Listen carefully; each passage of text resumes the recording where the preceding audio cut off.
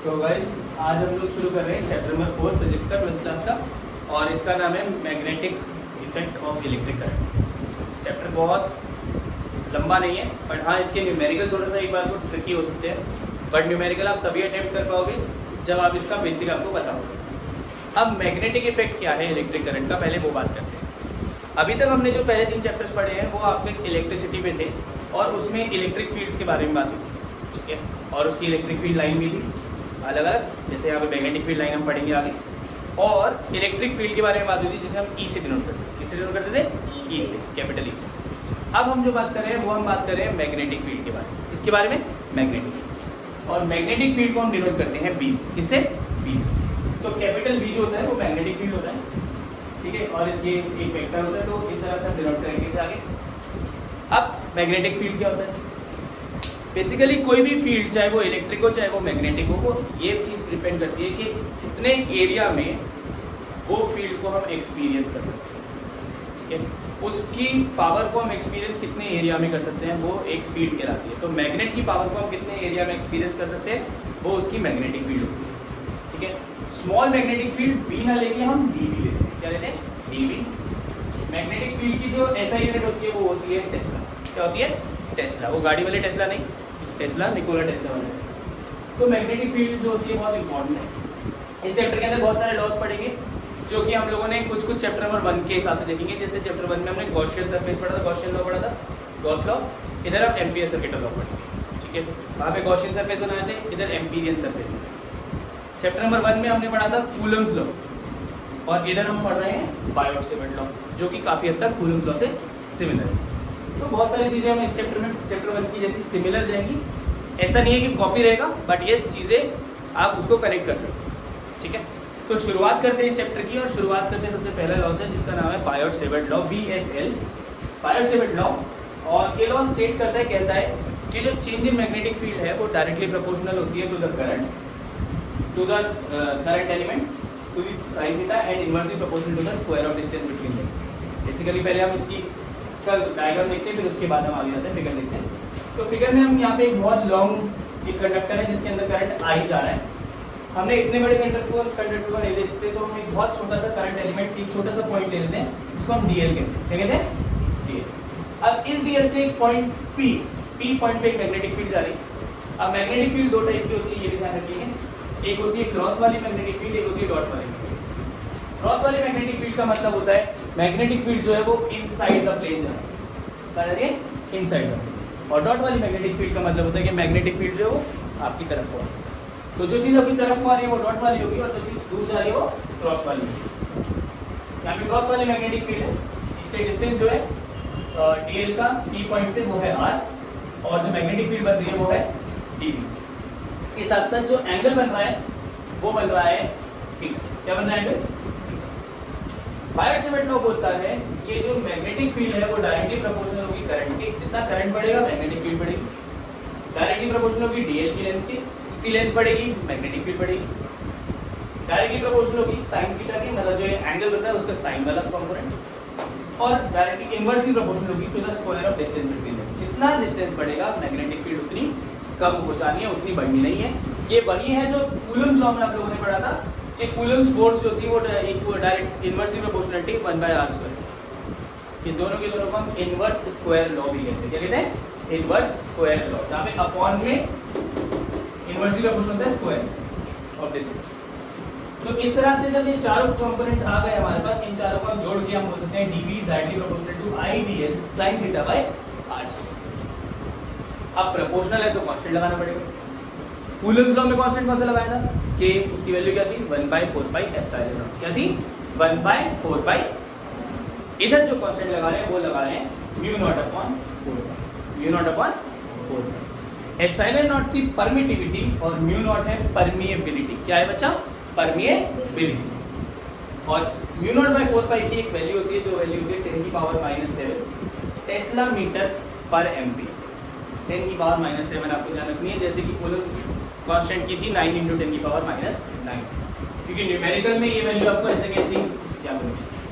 तो आपने यहाँ पे प्रोपोर्शनल हटाया, आपने क्या लगा दिया? एक कांस्टेंट लगा दिया μ0/4π। I dl sine theta by r square, और ये हमारा पूरा फॉर्मूला हो गया, आपका पहला फॉर्मूला हो गया बायो-सेवर्ट लॉ का। क्योंकि इसमें एंगल आ गया तो आप इसमें दो केसेस डाल सकते हैं। केस 1, अगर थीटा 0 डिग्री, बचा आप लोगों को पता है साइन 0 इज 0। सो अगर थीटा 0 डिग्री है तो आपकी मैग्नेटिक फील्ड भी यहाँ पे 0 हो जाती है। वेयर अगर थीटा 90 डिग्री है तो आपको पता है साइन 90 जो है वो 1 होता है, और आपकी जो मैग्नेटिक फील्ड होती है वो होती है कि μ0/4 I dl by r square, sine theta r square वो 1 है। ये जो वैल्यू है साइन 90 पे ये मैक्सिमम होती है। क्या होती है? मैक्सिमम। अगर आपसे पूछेगा मैक्सिमम वैल्यू कहाँ होती है तो आप बोल सकते हो 90 डिग्री। ठीक है, फिर इसी फॉर्मूले का वेक्टर फॉर्म देख रहे हैं। सेम फॉर्मूला हमने लिखा, आर से मल्टीप्लाई आर से डिवाइड कर, इससे मल्टीप्लाई करा आर से मल्टीप्लाई आर से।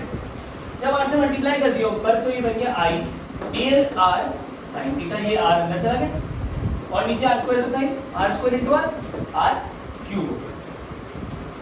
डीएल आर साइन थीटा को अगर मैं बात करना चाहूँ, जब भी साइन थीटा आ जाता है किसी दो चीज़ों के बीच में तो उनके बीच में क्रॉस प्रोडक्ट लग जाता है। क्या लग जाता है? Cross product. और क्रॉस प्रोडक्ट लगने की वजह से ये बन जाता है dv = μ0/4 I/r क्यूब, जो तीसरा वाला है। और dl r जो है वो दोनों वेक्टर ले लेते हैं, तो dl क्रॉस r। आपको अगर डायरेक्शन निकालनी हो किसी भी मैग्नेटिक फील्ड की तो dl क्रॉस r के हिसाब से आप निकाल सकते हैं। अभी बताऊंगा कैसे। तो ये आपका वेक्टर फॉर्म कैसे निकाल सकते हैं वो देखते हैं। मान लेते हैं कि dl जो है वो कौन सी एक्सिस पे दिख रहा है आपको? यहाँ पे dl y एक्सिस पे दिख रहा है आपको, y एक्सिस पे ऐसे है ना, तो कौन सी एक्सिस पे? y एक्सिस पे। और मैंने आपको अभी बताया कि जो मैग्नेटिक फील्ड है या जो डिस्टेंस है ये r है, ये किसी और एक्सिस में होगा। लेट कर लेते हैं मैग्नेटिक फील्ड जो है या फिर डिस्टेंस जो है r, ये मान लेते हैं। अभी तो ये y और x के बीच में, अगर ये कंपोनेंट मान लेते हैं x एक्सिस में होता, अभी तो दोनों के बीच में, अगर ये x एक्सिस में होता तो आप करते dl जो है वो y एक्सिस है, y एक्सिस को डिनोट कैसे करते हैं? j के एक्सिस, इससे, और x एक्सिस को डिनोट कैसे करते हैं? I के एक्सिस। तो आप क्या करते हैं? आप क्रॉस लगाते हैं। आप क्या बोलते हैं? आप बोलते हैं j क्रॉस i। और अगर 11वीं क्लास याद है, क्रॉस प्रोडक्ट याद है, तो j क्रॉस i होता है माइनस k। क्या होता है बेटा? Minus k। i cross j k cap होता है और j cross i minus k। Minus k cap का मतलब है नेगेटिव z एक्सिस, मतलब नेगेटिव z एक्सिस। तो आपसे बोलता कोई डायरेक्शन क्या है, एक j में एक i में आप क्रॉस लगा के बताते, और जब वैल्यू आती है आप उसकी डायरेक्शन बता सकते थे कि मैग्नेटिक फील्ड कहाँ जा रही है? Inside the plane. Negative j k axis, negative k का मतलब है नेगेटिव z एक्सिस, और नेगेटिव z एक्सिस का मतलब है inside the plane. Positive z axis का मतलब है बाहर को निकल रहा है, नेगेटिव z एक्सिस का मतलब है अंदर को जा रहा है। ठीक, तो इससे आप डायरेक्शन भी वेक्टर फॉर्म से डायरेक्शन भी निकाल सकते हो। कोई क्वेश्चन ऐसा आ जाएगा तो आपको डायरेक्शन भी निकालने में आसानी होगी। ठीक, तो आगे चलते हैं हम लोग, आगे चलते हैं रिलेशन बिटवीन μ0 ε0 एंड c। अभी हमने थोड़ी देर पहले बात करी थी कि μ0 तो यहाँ पे यूज हो रहा है इसकी कांस्टेंट में, ε0 कूलम्स कांस्टेंट में यूज हो रहा है। कूलम्स कांस्टेंट की वैल्यू थी 1/4 = 9 × 10 की पावर, इक्वेशन नंबर 1 ले ली, और इसकी वैल्यू है μ0/4 = 10 की पावर -7। दोनों कांस्टेंट्स को एक एक इक्वेशन में डाल दिया और दोनों को कर दिया डिवाइड। जब दोनों को डिवाइड करा तो 1/4 μ0/4 4 से 4 कैंसिल। ये माइनस का 10 की पावर -7 जो ये ऊपर चढ़ जाएगा, और ये हो जाएगा 19 × 10 16 1/ε0। क्या मैं 9 × 10 की पावर 16 को 3 × 10 की पावर 8 का होल स्क्वायर, 9 का क्यूब क्या होता है, 9 का स्क्वायर रूट क्या होता है 3, और 10 की पावर 16 का 10 की पावर 8। तो 3 × 10 की पावर 8 का जो स्क्वायर होता है वो 9 × 10 की पावर 16। तो मैंने इसको इस टर्म में बनाया, और इस टर्म में क्यों बनाया? क्योंकि ये वैल्यू जो है वो c के बराबर है। किसके बराबर होती है? Speed of light. तो 1/ε0 μ0 जो है वो बराबर किसके? c²। किसके? c²। तो c की वैल्यू क्या हो जाती है 1/√ε0। और ये आपका रिलेशन है, ये रिलेशन आपका इस चैप्टर 4 में भी यूज हो रहा है, चैप्टर नंबर 8 में भी यूज होगा, बहुत जगह पे ये यूज हो रहा है। तो ये रिलेशन इम्पोर्टेंट। ठीक, तो हमने एक बायो-सेवर्ट लॉ कर लिया और दूसरा हमने रिलेशन कर लिया। अब आते हैं हम इसकी नेक्स्ट डेरिवेशन पे, और वो है magnetic field due to a long straight conductor. ये इंपॉर्टेंट है, इसको जरा ध्यान से देखेंगे, क्योंकि अगर ये डेरिवेशन यहाँ से पूरी जा रही है और यहाँ तक जा रही है, काफ़ी लंबा जा रही है डेरिवेशन, एक बार ध्यान से देखिए इसको प्रॉब्लम। तो हम बात करते हैं एक पॉइंट P और एक पॉइंट O जिस पे करंट एलिमेंट है D। करंट एलिमेंट क्या है? D। सेम ऐसे ही जो बायो-सेवर्ट लॉ में हमने लिया था, और उसके साथ एक पॉइंट पी पे उन्होंने बनाया, यहाँ पे एंगल बन रहा है थीटा। क्या बन रहा है एंगल थीटा। अब हमने क्या करा, पी पॉइंट से बिल्कुल स्ट्रेट लाइन एक खींची और पॉइंट बना दिया क्यू। क्या बना दिया पॉइंट क्यू, सच दैट ओ से क्यू का जो डिस्टेंस है वो है L। ओ से क्यू का डिस्टेंस क्या है L, ओ से पी का डिस्टेंस है R और क्यू से पी का डिस्टेंस है A।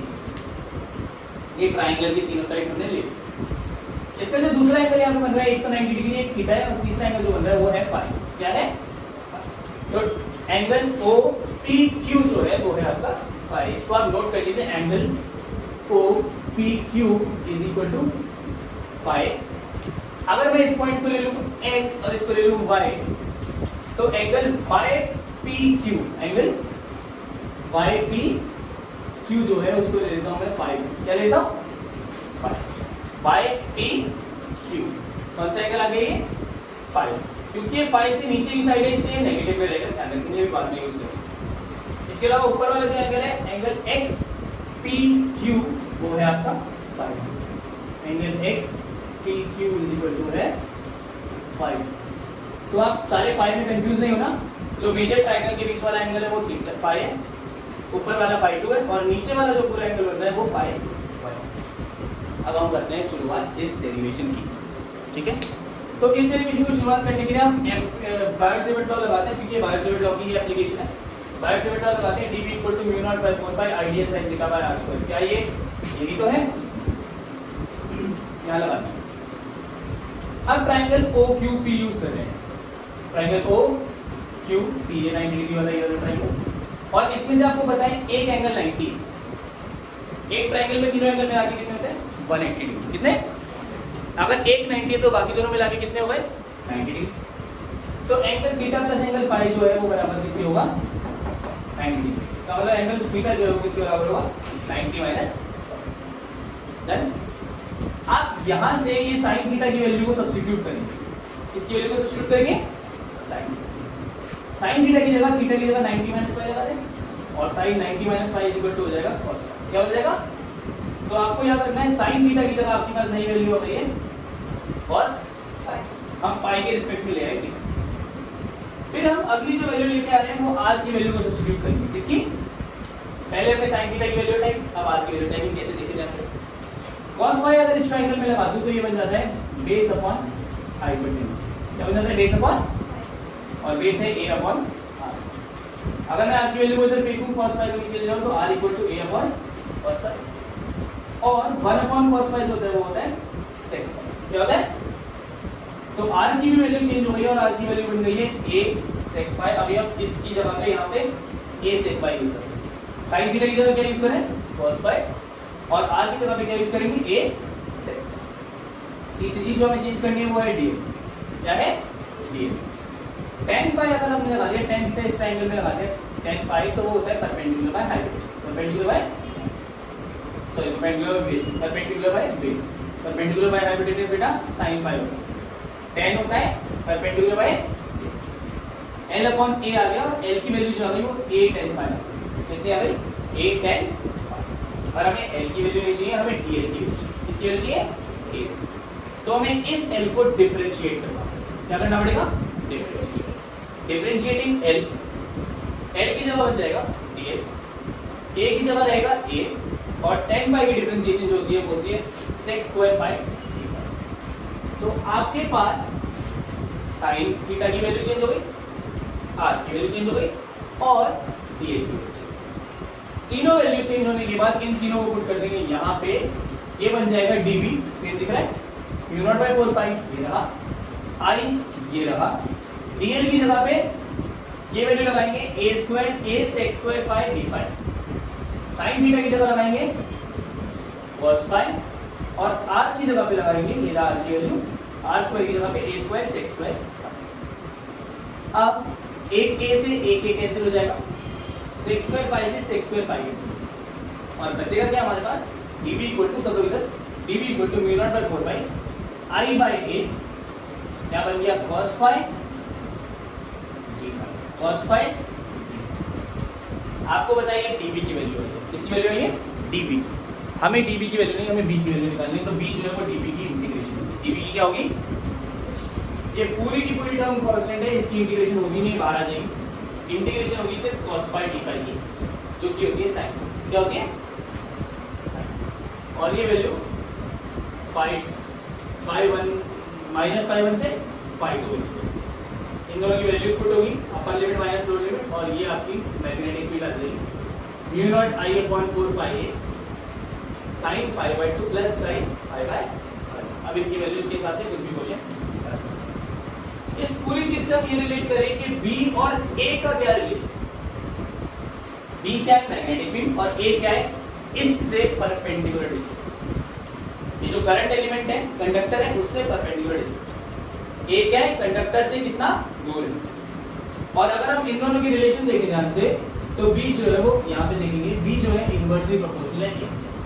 B क्या है? इनवर्सली प्रोपोर्शनल है A। और B जब इनवर्सली प्रोपोर्शनल A के है, तो अगर ये B, ये ग्राफ B का बन रहा है, यहाँ पे डिस्टेंस है, डिस्टेंस मतलब A है, तो ये उसका ग्राफ।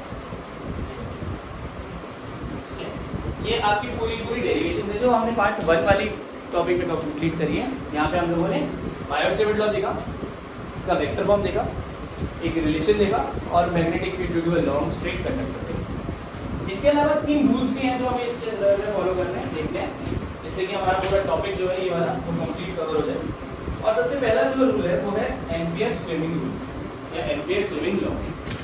एम्पियर स्विमिंग लॉ क्या कहता है? एम्पियर स्विमिंग लॉ कहता है कि अगर मान लीजिए करंट जो है वो साउथ से नॉर्थ की तरफ चल रहा है किसी भी मैग्नेट के हिसाब से, कहाँ से कहाँ चल रहा है? साउथ से नॉर्थ की तरफ। ये साउथ है, ये। तो जब भी इसका मोशन होगा मैग्नेट का, मैग्नेट होता है, ये मान लेते हैं ये एक बार मैग्नेट है। बार मैग्नेट में क्या होता है? एक साइड साउथ, एक साइड नॉर्थ। करंट अगर ऐसे चल रहा है, तो जब भी इसका इस करंट की वजह से जो मोशन होगा मैग्नेट का, बार मैग्नेट का, वो हमेशा उसके लेफ्ट में होगा। कहाँ पे होगा? उसके, मान लेते हैं ये साउथ से नॉर्थ है, आपको दिख रहा है साउथ से नॉर्थ। तो करंट अगर ऐसे चल रहा है तो इसका लेफ्ट क्या है बेटा? ये आया ना, देखो करंट ऐसे जा रहा है और ये लेफ्ट में मूव करेगा। कहाँ मूव करेगा? लेफ्ट में। करंट ऊपर से नीचे जा रहा होता तो ये लेफ्ट में मूव करता। आपके लिए राइट है, बट अगर ऊपर से नीचे देखोगे तो उसके लिए लेफ्ट। ठीक है, अगर करंट इस डायरेक्शन में जा रहा होगा तो फिर लेफ्ट में मूव करेगा। ठीक है, इस डायरेक्शन में जाएगा उसकी लेफ्ट, या तो ये बन जाओ, ये बन जाएगी। लेफ्ट ये जा रहा है तो ये बन जाएगी। अगर इस डायरेक्शन में आ रहा होता तो लेफ्ट। जब भी करंट साउथ से नॉर्थ या किसी भी डायरेक्शन मूव करेगा उसके लेफ्ट हैंड साइड में मूव कर जाएगा। उस साइड में मूव कर जाएगा। साउथ से नॉर्थ जा रहा है तो लेफ्ट हैंड साइड मान लेते हैं ये ईस्ट वेस्ट साउथ नॉर्थ है, ईस्ट वेस्ट नॉर्थ साउथ। अगर करंट यहाँ जा रहा है तो मूव करेगा नीचे, करेक्ट। अगर करंट ऊपर जा रहा है तो वेस्ट को मूव करेगा। तो इस हिसाब से एम्पियर स्विमिंग लॉ होता है। एम्पियर स्विमिंग लॉ बोलता है कि मान लेते हैं, लेट कर लेते हैं, एक इंसान जो है वो स्विमिंग कर रहा है बार मैग्नेट की डायरेक्शन में साउथ से नॉर्थ। तो जो मोशन ऑफ बार मैग्नेट है उसके नॉर्थ पोल का जो मोशन है वो उसके लेफ्ट हैंड साइड पे ही मूव करेगा। ये आपका एम्पियर स्विमिंग लॉ। दूसरा रूल बचपन से हम पढ़ते आ रहे हैं, बहुत बार पढ़ा होगा हमने, राइट हैंड थंब रूल। क्या? Right hand thumb rule. अब प्रॉब्लम इसके साथ ये है कि लेफ्ट हैंड से नहीं पकड़ना है इसे, इसलिए राइट हैंड से पकड़ना है। आपके लिए राइट हैंड में यहाँ से लेके आया था। और राइट हैंड थंब रूल में क्या है? एक कंडक्टर को, ये कंडक्टर है मान लेते हैं, ऊपर को करंट जा रहा है, इसको आपको इस तरह से रोल करना है फिंगर्स को, और थंब को करंट जहाँ जिस डायरेक्शन में जा रहा है उस डायरेक्शन में रखना है। चाहे वो किसी भी डायरेक्शन में करंट हो सकता है वो करंट यहाँ पे हो आपकी तरफ को, करंट हो सकता है पीछे को, करंट ऊपर को, करंट नीचे को, उससे कोई मतलब नहीं है। करंट जहाँ भी जा रहा है उस साइड में मूव करना है। और अगर करंट जो आपका थंब दिखा रहा है तो जो आपकी फिंगर्स है वो उसकी मैग्नेटिक फील्ड दिखाएंगे। क्या दिखाएंगे? उसकी मैग्नेटिक फील्ड। और इसको कहते हैं right hand thumb rule, magnetic field निकालने के लिए बेस्ट तरीका। इसके अलावा एक बार फिर से वही बात है, राइट हैंड से लेफ्ट हैंड से यूज नहीं करना, सिर्फ राइट हैंड से यूज करना। और इसके बाद अलग आता है आपके पास मैक्सवेल का कॉर्सक्रू रूल। मैक्सवेल कॉर्सक्रू रूल भी सिंपल है, आपका राइट हैंड थंब रूल जैसा ही है। मान लेते हैं ये नट है, स्क्रू है, तो स्क्रू को टाइट करने के लिए आप लेफ्ट हैंड से टाइट नहीं करेंगे वरना आंसर गलत है। आप राइट हैंड से टाइट करेंगे और राइट हैंड को रख के उसको जब घुमाएंगे तो अगर ये नीचे जा रहा है, करंट की डायरेक्शन नीचे है, और जिस डायरेक्शन में आप अपनी थंब को घुमा रहे हो वो उसकी मैग्नेटिक फील्ड, वो उसकी क्या है?